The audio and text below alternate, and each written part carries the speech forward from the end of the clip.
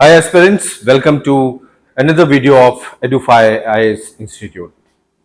आज हम जिस टॉपिक पे बात करने वाले हैं ये हमारे इंडिया में एक बहुत ही हॉट और फायरिंग टॉपिक की तरह है। हम सभी जानते हैं न्यू एजुकेशन पॉलिसी को 2020 में लागू किया गया था और इसके इम्प्लीमेंटेशन को लेकर काफ़ी सारी दिक्कतें हमारे देश में आई हैं जो हमने हाल फिलहाल में भी कई बार सुना। पहले हम जान लेते हैं न्यू एजुकेशन पॉलिसी की ये चीजें है क्या। न्यू एजुकेशन पॉलिसी में सबसे जो सोल समझ लीजिए इसके जो इंपॉर्टेंट पार्ट है वो है 3 लैंग्वेज फॉर्मूला। 3 लैंग्वेज फॉर्मूला मेरी नजरों में या किसी भी फैकल्टी या किसी भी एक मान लीजिए किसी भी एक्सपर्ट की नजरों में एक करेक्ट फॉर्मूला है जो आज के यूथ को या यंगस्टर को किसी भी लेवल तक का ग्लोबल लेवल में एक एम्पावर करती है ताकि वो वहां उस देश में या अपने ही देश में खुल के एडजस्ट हो सके। 3 लैंग्वेज फॉर्मूला का मकसद सिर्फ लोगों या बच्चों के अंदर कॉग्निटिव पावर को डेवलप करने का था। कॉग्निटिव पावर एक ऐसी कंडीशन है ब्रेन की जिसमें कोई भी स्टूडेंट अपने या कोई भी बच्चा या कोई एडल्ट अपने एरिया से बाहर जाता है वहां की लैंग्वेज को समझ सके और उनके साथ प्रॉपर एक सोशल रिलेशन और प्रॉपर उनकी सभी तरह की चीज़ों को समझने में सक्षम हो। इस तरह की चीज़ों को ध्यान में रखते हुए न्यू एजुकेशन पॉलिसी में 3 लैंग्वेज फॉर्मूला को इम्प्लीमेंट किया गया। जैसा कि आप देख पा रहे हो what is the 3 language formula. तो 3 लैंग्वेज फॉर्मूला में 3 लैंग्वेज फॉर्मूला का सिस्टम ऐड किया गया जिसमें 2 लैंग्वेज भारत की नेटिव होनी चाहिए और एक लैंग्वेज ऑप्शनली या तो आप संस्कृत चूज कर सकते हैं या फिर कोई विदेशी एक भाषा चाहे वो फ्रेंच हो, चाहे वो जर्मन हो, चाहे स्पेनिश हो, चाहे किसी भी तरह की लैंग्वेज हो, उस लैंग्वेज को आप अडॉप्ट कर सकते हैं। ठीक है ना। न्यू एजुकेशन पॉलिसी की डेफिनेशन तो ये रही, लेकिन न्यू एजुकेशन पॉलिसी के अपने ही कुछ ऑब्जेक्टिव हैं। जैसे न्यू एजुकेशन पॉलिसी की ये 3 लैंग्वेज फॉर्मूला नेशनल यूनिटी को ग्रूम करने में मदद करेगी। इसके अलावा मल्टी लैंग्विस्टिक सोसाइटी को डेवलप कर सकती है जिससे हर सोसाइटी के लोग दूसरी सोसाइटीज में अपने आप को कंफर्टेबली एडजस्ट कर सकते हैं। इसके अलावा उनका ओवरऑल जो हमारे ऑफिसर्स ब्यूरोक्रेट्स हैं उन्हें अलग अलग स्टेट्स में जिन्हें उनका अपना खुद का कैडर नहीं मिलता वो दूसरे स्टेट्स में जाते हैं एज अ ब्यूरोक्रेट, वहां उन्हें एडमिनिस्ट्रेटिव बेनिफिट मिलता है। यानी अगर कोई नॉर्थ ईस्ट का कैडर का कोई स्टूडेंट है, एस्पिरेंट है जिन्होंने आईएएस क्लियर किया, यूपीएससी एग्जाम क्लियर किया और उन्हें साउथ की कोई स्टेट या नॉर्थ की कोई स्टेट एज अ पोस्ट में उनको मिलती है एज अ डिस्ट्रिक्ट मैजिस्ट्रेट और सब डिस्ट्रिक्ट मैजिस्ट्रेट, तो उनके लिए एडमिनिस्ट्रेशन को परफॉर्म करना, गवर्नमेंट पॉलिसी को इंप्लीमेंट करना उन लोकल लैंग्वेजेस के अकॉर्डिंगली काफी फायदेमंद रहता है। और सबसे बड़ी बात रैशनल डिसीजन मेकिंग में काफी कारगर होती है 3 language formula.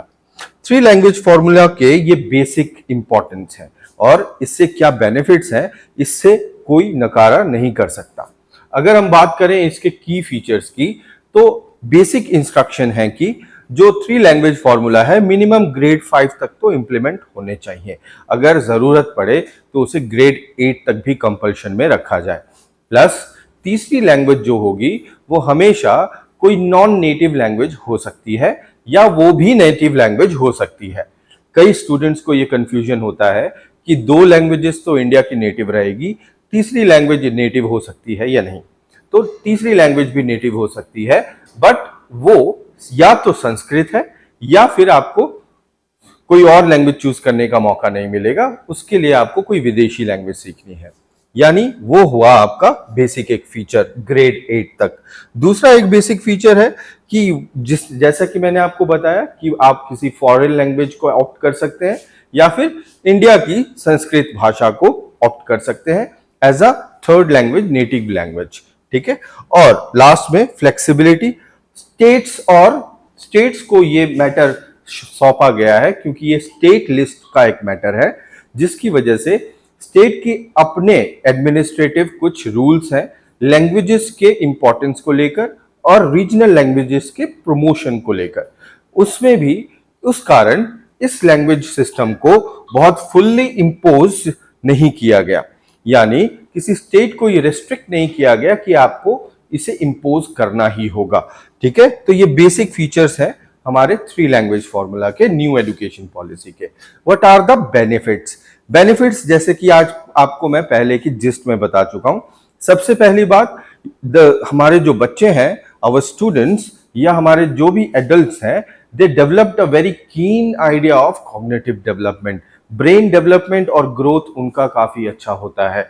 Cognitive rational decision making में वो काफी बेहतर होने लगते हैं। हम सब जानते हैं जो हमारी स्कूल्स की पुराने एजुकेशन पॉलिसी के अकॉर्डिंगली पढ़ाई थी, वो हमारे गवर्नमेंट सेक्टर या कॉम्पिटिटिव एग्जाम्स में बहुत ही कम कारगर साबित हुई है।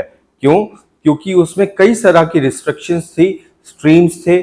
साइंस वाला बच्चा आर्ट्स नहीं ले सकता, आर्ट्स वाला बच्चा साइंस नहीं ले सकता, कॉमर्स वाला बच्चा साइंस नहीं ले सकता। बट न्यू एजुकेशन पॉलिसी के अकॉर्डिंगली ये सारी चीजों में फ्लेक्सिबिलिटी लाई गई है, जिसकी वजह से आप देख सकते हैं कि जितने भी गवर्नमेंट एग्जाम्स की, कंपटीशन की एग्जाम्स की तैयारी स्टूडेंट्स करता है एम्प्लॉयमेंट के लिए, उसमें ये सभी तरह के सब्जेक्ट्स उन्हें हेल्पफुल होते हैं।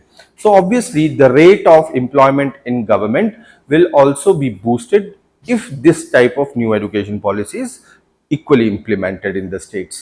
इसके अलावा नेशनल यूनिटी को ग्रो करता है। जब पूरे देश में 2 भाषाओं का चलन होगा, इसका मतलब ये बिल्कुल नहीं है कि किसी रीजनल भाषा को डोमिनेट किया जाएगा या किसी रीजनल भाषा की कोई बदसलूकी की जाएगी या उसे इज्जत प्रोवाइड नहीं की जाएगी। इसका सिंपल मतलब ये है, वी आर सोशल पीपल, और जब भी हम किसी दूसरे सोसाइटी से घुलना मिलना चाहते हैं तो language is the most effective communication factor, जिसमें आप उस लोगों से या उस सोसाइटी से काफी बेहतरीन तरीके से घुल मिल सकते हैं। ठीक है, I am sorry. So this is second और थर्ड बेनिफिट, इंक्लूडिंग आपके अंदर वो एक ग्लोबल कॉम्पिटेंस को भी डेवलप करता है। बहुत सारे ऐसे बच्चे होते हैं जिन्होंने अपनी स्टडीज को अब्रॉड में कंटिन्यू करना होता है। उनके लिए अपने भविष्य में इस तरह की चीज़ों को लेकर कोई चैलेंज फेस ना करें, तो वो अपने पूरे एजुकेशन सिस्टम को या अपने कैरियर सिस्टम को एक डिवीजन में डाल सकते हैं, ताकि वो फॉरेन में जाकर भी अपनी स्टडी को कंटिन्यू कर सके विदाउट एनी अदर इश्यूज। क्योंकि हम सब जानते हैं बहुत सारे ऐसे देश हैं जहां पर अगर आपको काम करना है या स्टडीज करनी है तो वहां की भाषा आपको सीखनी होगी। जैसा कि हम देख सकते हैं कोरिया में या जर्मनी जैसी जगहों में, जहां पर भाषा का सीखना, या जापान में जहां पर भाषा सीखना एक इंपॉर्टेंट एस्पेक्ट है उस एजुकेशन सिस्टम का।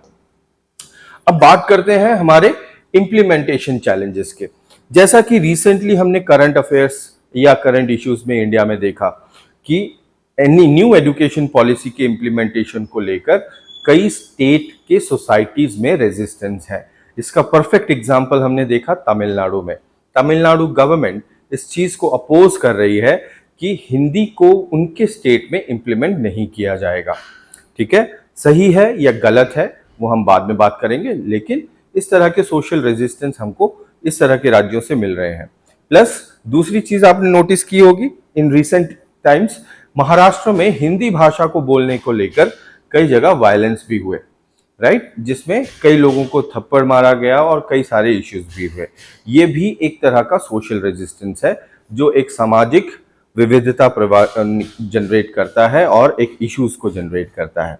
ये एक बेसिक चैलेंजेस है। इसके अलावा variability in implementation, different states have different language profile. तो यहां पर जब डिफरेंट लैंग्वेज प्रोफाइल आ जाती है तो कई बार वो स्टेट के एक साथ रहने वाले कई तरह के समुदाय के लोगों की भाषा अलग अलग होती है। अब उनमें से किस भाषा को एज अ रीजनल भाषा बनाया जाए, ये भी एक तरह का चैलेंज सामने आता है। सो ये एक तरह के कुछ चैलेंजेस हैं।